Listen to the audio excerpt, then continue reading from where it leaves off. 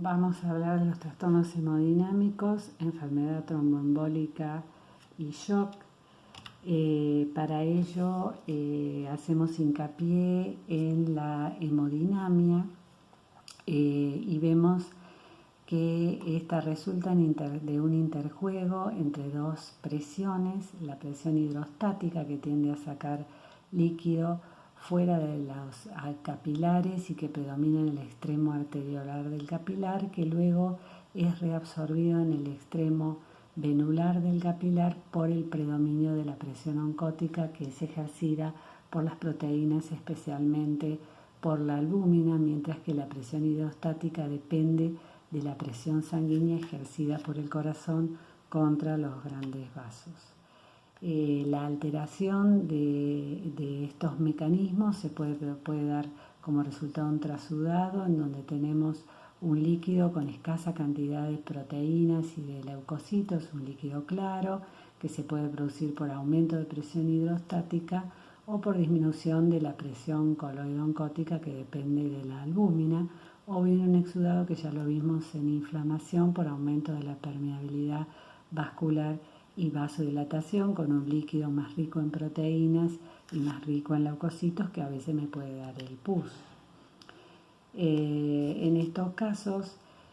vamos a explicar el trasudado, que depende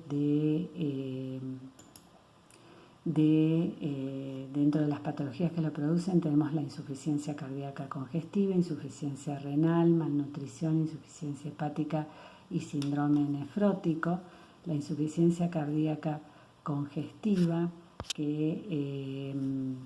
es prevalente en nuestra comunidad, encontramos que se produce por una falla del ventrículo izquierdo generalmente, que me produce un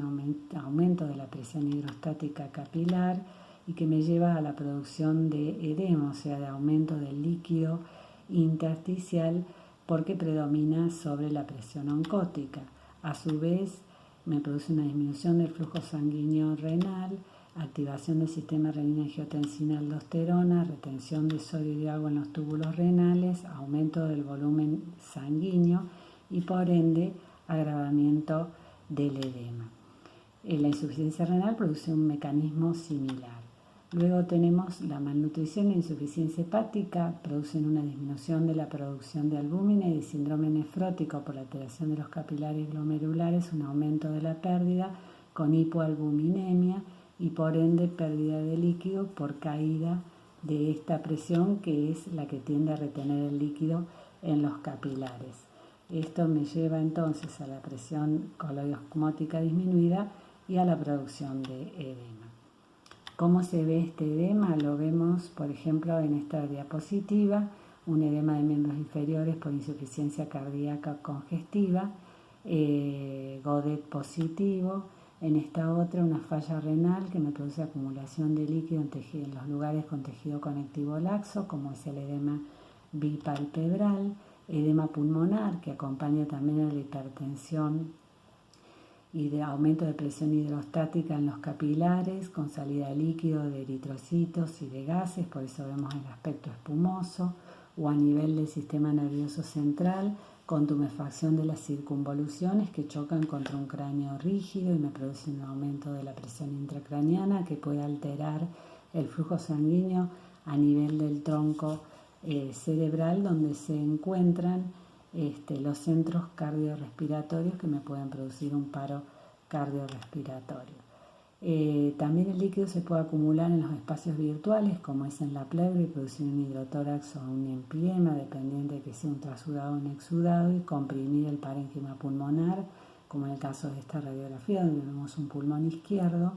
opacificado, colapsado, comprimido por un derrame pleural.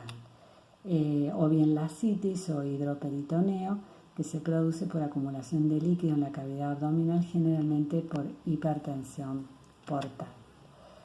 Luego tenemos la hiperemia y congestión, que es un aumento del volumen sanguíneo por vasos dilatados en forma activa. En la hiperemia, a la izquierda de la pantalla lo vemos, con una sangre rosada, porque son mediadores inflamatorios que se liberan y producen vasodilatación y aumento de la salida de leucocitos hacia el espacio intersticial, o bien un proceso pasivo de congestión por obstrucción de la salida de la sangre, como se ve a la derecha, en donde la sangre es cianótica porque se estanca y pierde oxígeno, y por ende tenemos un aumento de la hemoglobina reducida o desoxigenada que me lleva a la cianosis. Lo podemos ver, el edema cianótico de la insuficiencia cardíaca predomina en los miembros inferiores por acción de la fuerza de la gravedad, de allí que se denomina edema ortostático, que contrasta con el edema inflamatorio que vemos abajo y a la derecha, en un proceso inflamatorio de tromboflebitis, en donde vemos eritema, probablemente tenga calor por la inflamación. Acá tenemos un edema inflamatorio por neumonía, también engrosamiento de los tabiques interalveolares, de tejido pulmonar, ocupación de los alveolos por proteínas y leucocitos, y el hígado moscado que se produce en la insuficiencia cardíaca congestiva con un centro deprimido y marrón clarito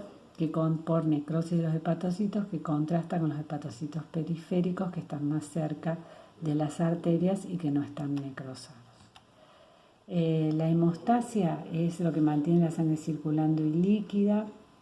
por un juego entre las fuerzas que tienden a coagularla cuando se lesiona el vaso y la limitación de la coagulación que se produce por mecanismos anticoagulantes. La hemostasia es un proceso en el que participan plaquetas, factores de coagulación y endotelio cuando hay una lesión vascular para impedir la pérdida de sangre o hemorragia.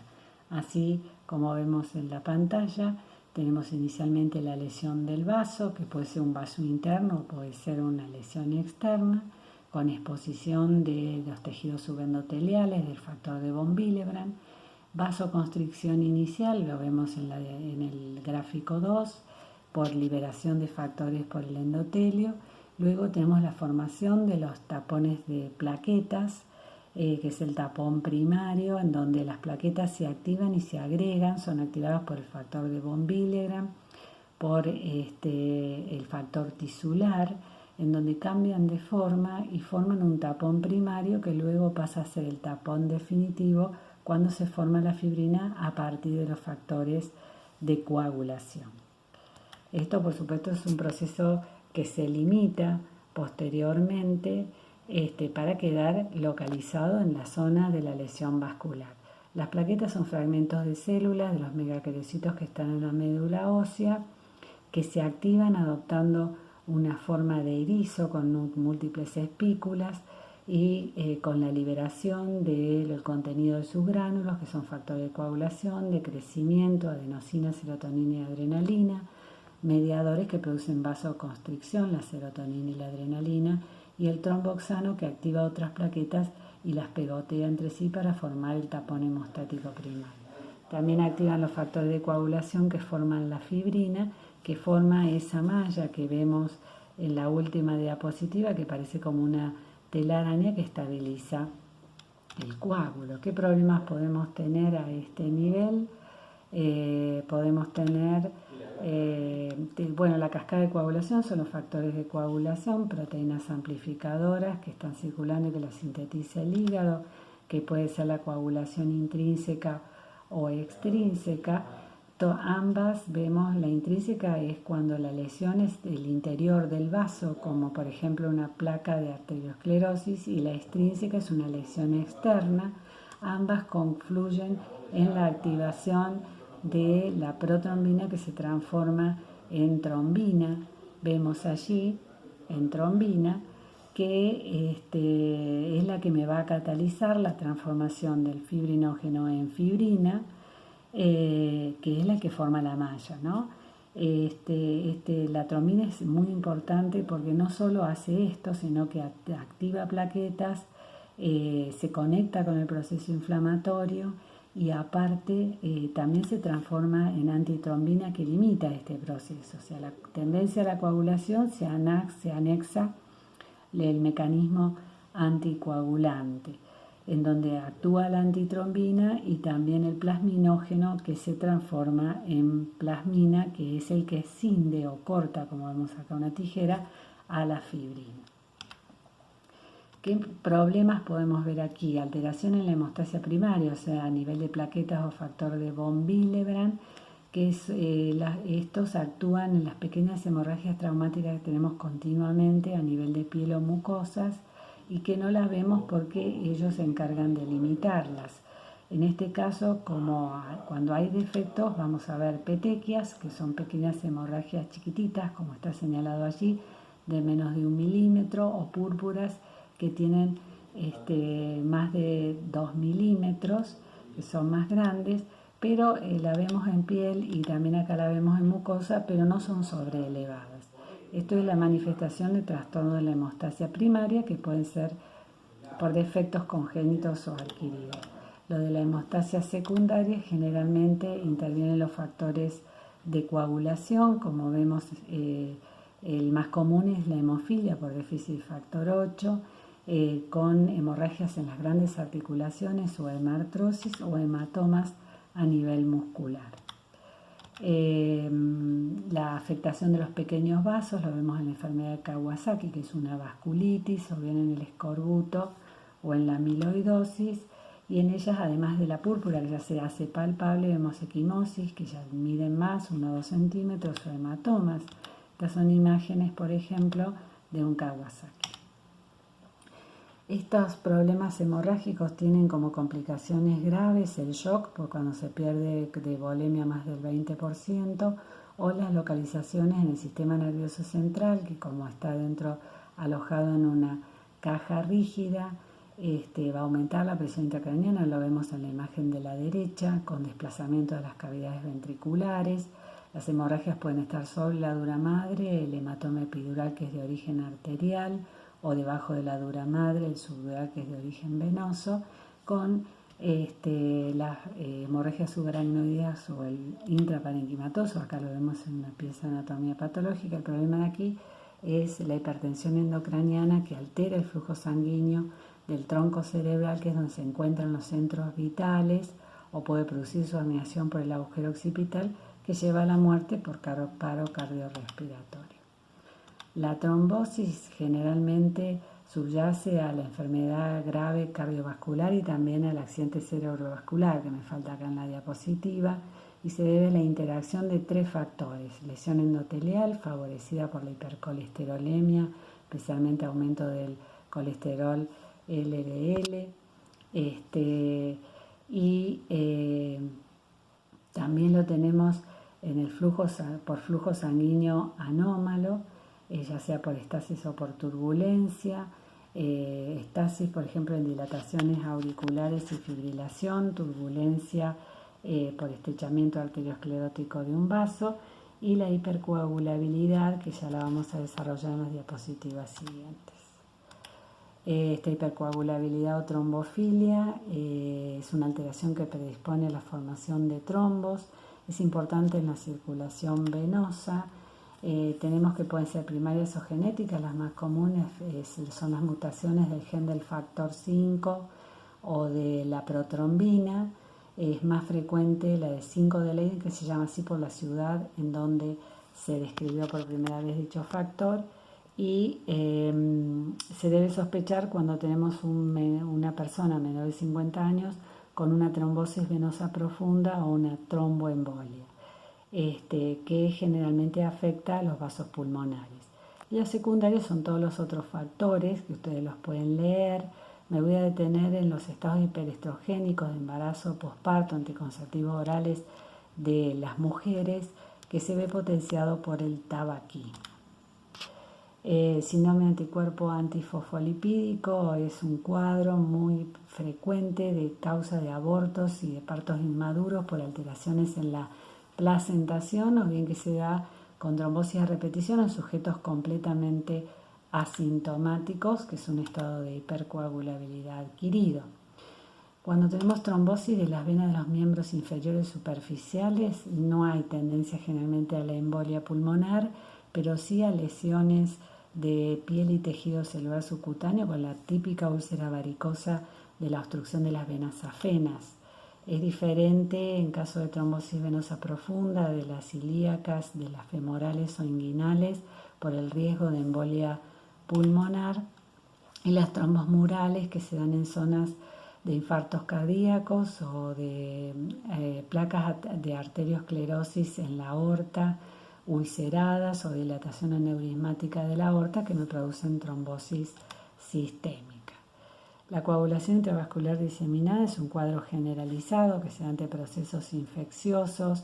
bacterianos, micóticos, cánceres avanzados, en donde se obstruye la microcirculación y vamos a tener tanto coagulación como hemorragia. La hemorragia es porque se consumen los factores de coagulación y una falla multisistémica.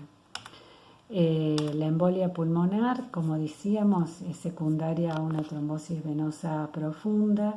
Se desprende un émbolo, que es un cuerpo sólido, en este caso a partir de un coágulo, que va a impactar en las cavidades derechas a nivel de la arteria pulmonar, ya sea en el tronco de la pulmonar, generando una claudicación aguda con insuficiencia cardíaca aguda derecha, o bien en los vasos periféricos, produciendo a la larga hipertensión pulmonar con sobrecarga derecha e insuficiencia cardíaca derecha, o bien ser asintomática. No son frecuentes los infartos pulmonares porque el pulmón tiene circulación doble y es compensado por la circulación bronquial. Vemos entonces la embolia, son trozos sólidos, generalmente trasladados por la circulación hasta un vaso de menor calibre, que como vimos pueden ser a partir de un trombo venoso o bien de los trombos cardíacos. Esas son las embolias sistémicas, en donde a partir de un trombo en un sector del corazón o en una arteria, en una placa arteriosclerótica ulcerada, se genera un émbolo que puede impactar en los miembros inferiores o en el encéfalo y producir una ACV. La grasa, la embolia grasa, generalmente se dan grandes fracturas de huesos largos e inmovilidad que lleva a insuficiencia pulmonar o síntomas neurológicos. La gaseosa puede ser por cirugías cardiovasculares, laparoscópicas, torácicas o ginecológicas, el síndrome de descompresión de los buzos por ascenso rápido, que me producen desde síntomas en los músculos o en las articulaciones, o bien una insuficiencia respiratoria por obstrucción de los vasos pulmonares. Y por líquido amniótico es una complicación grave por desgarro a nivel de la placenta o de las venas uterinas, que me lleva a CID o insuficiencia respiratoria o síntomas neurológicos, y que tiene una mortalidad muy elevada. El infarto es una zona de necrosis que se produce por obstrucción en un vaso, generalmente por trombos o embolias. Es frecuente en el corazón, en el intestino o en el cerebro. El shock es una insuficiencia circulatoria que se puede producir por caída del flujo sanguíneo, ya sea por falla cardíaca con caída del volumen minuto, por infarto o taponamiento cardíaco, o bien por disminución de la volemia ante una hemorragia o pérdida de líquido por quemaduras, gastroenteritis o traumatismos, o bien puede estar asociado a inflamación sistémica que se acompaña de liberación de mediadores, vasodilatación periférica, lesión endotelial, coagulación intravascular diseminada, o puede ser neurogénico por vasodilatación e hipotensión e hipoperfusión, o anafiláctico, donde tenemos una activación de los linfocitos B, síntesis de inmunoglobulina E, liberación de histamina, vasodilatación y aumento de permeabilidad vascular, como consecuencia de una reacción a picaduras de insectos, ingesta de un medicamento o alimento para el cual el sujeto es sensible. El shock tiene una etapa inicial que es reversible, no progresiva, con mecanismos compensadores que tratan de compensarlo. La persona puede o no tener hipotensión, pero está taquicárdica, pálida, con piel fría, húmeda. En este caso podemos revertirlo. Ya cuando tenemos la fase progresiva, ya hay hipotensión, oliguria, desequilibrios hidroelectrolíticos, puede haber CID, o sea, coagulación intravascular diseminada. Y en la fase irreversible ya tenemos insuficiencia renal irreversible y acidosis metabólica. Bueno, esto ha sido todo. Nos seguimos comunicando en forma escrita.